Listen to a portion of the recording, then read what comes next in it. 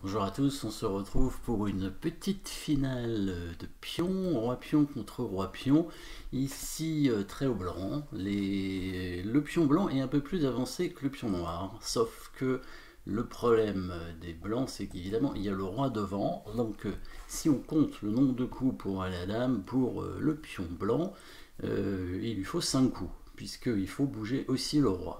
Et le pion noir arrive aussi en 5 coups, hein, si on compte bien. Quand il est dans sa case de départ, il lui faut 5 coups pour aller à dame.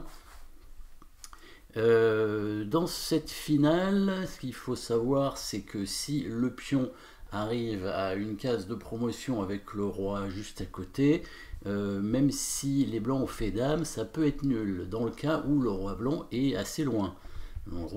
Il faudrait que le roi blanc ne soit pas dans ce carré, en fait, euh, en dehors de cette case. Hein. Donc si le roi blanc est en D5 à l'intérieur, s'il est à l'intérieur du carré quand le pion noir est à une case de promotion et que les blancs ont une dame, c'est gagnant pour les blancs. Voilà. Voilà ce qu'il faut savoir. Il est très au blanc, hein, toujours hein, dans chaque cas. Alors maintenant, comment faire ici pour arriver à ça avec les blancs finalement? Alors la seule chance finalement ici pour les blancs, ça va être d'essayer de rentrer dans le carré. Donc on voit ici que quand le pion avance de 2 cases, le carré justement, bah, je l'ai tracé. Et donc le roi blanc peut se rapprocher du carré en allant sur la case en D5, hein, ce qui est logique en fait. Hein. Le coup roi D5 est un coup totalement logique ici parce que ça permet évidemment de libérer la poussée du pion et ça permet de se rapprocher du pion noir évidemment. Les noirs qui doivent obligatoirement avancer leur pion puisque sinon bah, ils arriveront trop tard. Hein. Ils arriveront trop tard à dame. Les blancs, si jamais ils bougent le roi, les blancs auront le temps d'aller à dame et de revenir protéger la case de promotion avec leur dame. Donc ici, le pion noir va avancer. J'y arrive. Le pion noir, est-ce qu'il veut bien avancer? Voilà, il avance de 2 cases, très bien. Et si le pion blanc avance, du coup, le pion noir ira à dame. Donc le roi blanc, il va aller de nouveau vers le pion. Il continue son trajet vers le pion noir. Voilà, en se mettant en E4. Pourquoi? Parce qu'il veut aussi bloquer le roi noir, hein, très important. Alors du coup, comme ça, le roi noir n'a pas trop de cases. Et le roi blanc, de toute façon, pourra se rapprocher hein, tranquillement du pion. Si jamais le pion noir continue d'avancer, voilà, le roi blanc pourra aller le capturer hein, tranquillement comme ça, le roi en F4, et s'il continue, hop, le roi blanc arrive. Donc là, les noirs, ils devront essayer de bloquer du coup le roi blanc en essayant de l'empêcher d'aller sur la case en G3, et il faudrait qu'il arrive enfin pour bloquer un petit peu les cases du roi blanc en se mettant en F2. Comme ça, quand le roi noir arrive en F4, alors là, il avance pas le pion parce que sinon le roi va prendre le pion. Mais les noirs sont malins, il va mettre son roi ici, de façon à protéger les cases du pion noir. Hein, puisque quand le pion avancera, maintenant si le roi vient en G4, le pion sera protégé. Et là, si on calcule, le pion blanc n'arrive pas à dame tout de suite. Hein, c'est pas suffisant pour lui. Enfin, il peut avancer, hein, d'ailleurs c'est le bon coup, mais on va voir que en fait le pion noir fait dame aussi quand le pion blanc arrive, hein, puisque les blancs font 4 coups et les noirs aussi. Donc là, le problème des blancs, alors là il faut choisir le bon coup évidemment. Alors donc j'ai dit, hein, c'est le pion qui avance. Pourquoi? Parce que si le roi blanc va chercher le pion, en se mettant ici, on se dit, bah là, le pion est perdu, donc c'est fini. Sauf que les noirs, ils ont tout prévu. Ils vont mettre le roi en G3, avec la menace de pousser leur pion. Et si le roi prend le pion, et ben cette fois, c'est le roi noir qui va rentrer dans le carré du pion blanc. Hein. Voilà, le carré ici. Et le roi noir qui semblait trop loin, hein, trop éloigné du carré du pion blanc, maintenant revient dessus et va pouvoir prendre le pion parce que le roi blanc est trop loin pour le protéger. Donc voilà, ça ce serait une erreur, hein. Les noirs ont attiré un peu le roi blanc dans un traquenard ici. Ça c'est une erreur parce que le roi vient ici et cette fois le pion peut avancer. Voilà, mais en fait, qu'est-ce qui va se passer ici? Les blancs vont aller à dame. Regardez, la façon ici de gagner, le pion avance, il va à dame. En fait, on va arriver à une position avec dame contre dame. Voilà, la dame contre dame qui est gagnante pour les blancs, très haut blanc. Parce que, comme je disais tout à l'heure, la position, quand le pion était en H2, donc un coup avant, hein, était gagnante pour les blancs si le roi blanc était à l'intérieur de ce carré en enlevant cette case en D5.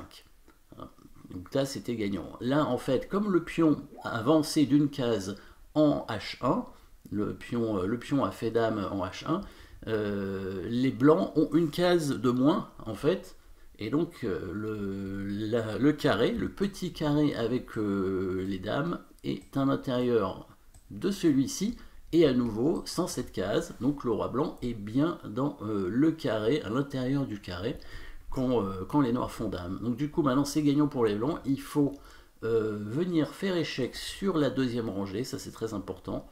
Faire échec sur la deuxième rangée, pourquoi? Parce qu'il faut empêcher le roi noir d'aller sur l'une de ces deux cases, c'est-à-dire en H2 ou en G1, parce que sinon la dame va pouvoir couvrir l'échec.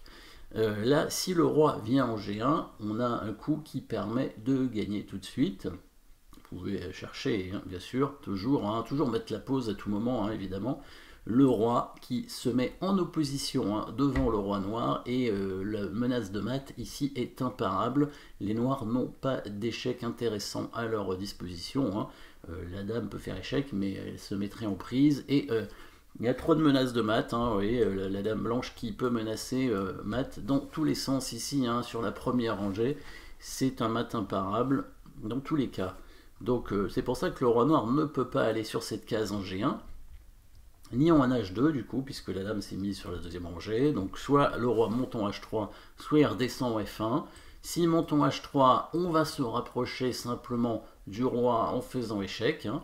On se rapproche, on remarque que le coup roi H2 n'est pas possible à cause du mat ici, hein. Petit schéma intéressant. Si le roi monte en H4, évidemment c'est mat aussi, hein, avec la dame en H7. Donc le roi serait obligé de redescendre, on se rapproche toujours, voilà, donc c'est sur cette case qu'on veut arriver avec la dame blanche, hein, de façon à empêcher le roi noir de descendre en F1.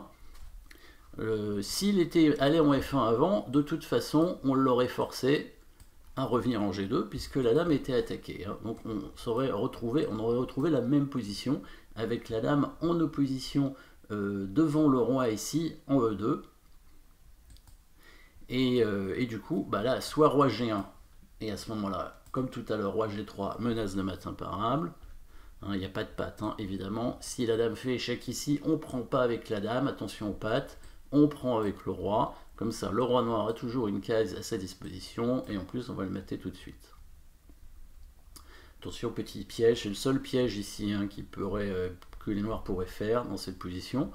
Et si le roi vient en H3, du coup, là, on va aussi le mater en deux coups, en faisant échec avec la dame en G4. Cette fois, le roi est obligé d'aller en H2, et la dame qui fait échec et mat en G3. Voilà. Donc, dans la position de départ, hein, on est arrivé quand même à rattraper finalement ce pion noir avec le roi. On a évité les pièges du roi noir, et ce qui était important, c'était de retrouver cette position avec les deux dames, quand les blancs font promotion dame ici, hein, le carré, le petit carré à l'intérieur où est le roi blanc, hein, le petit carré jaune là où il y a le roi blanc. Le roi, la position est gagnante quand il y a le roi à l'intérieur de ce carré. On peut agrandir le carré évidemment si le pion n'a pas encore fait dame. Donc ça, c'est intéressant de savoir ça pour la finale. Les finales, il y a certaines positions qu'il faut connaître pour savoir dans quoi il faut arriver, hein, quand on arrive, qu'on peut parfois, hein, on peut arriver dans ce genre de situation finale de pion. Voilà, merci d'avoir suivi cette position, et à très bientôt.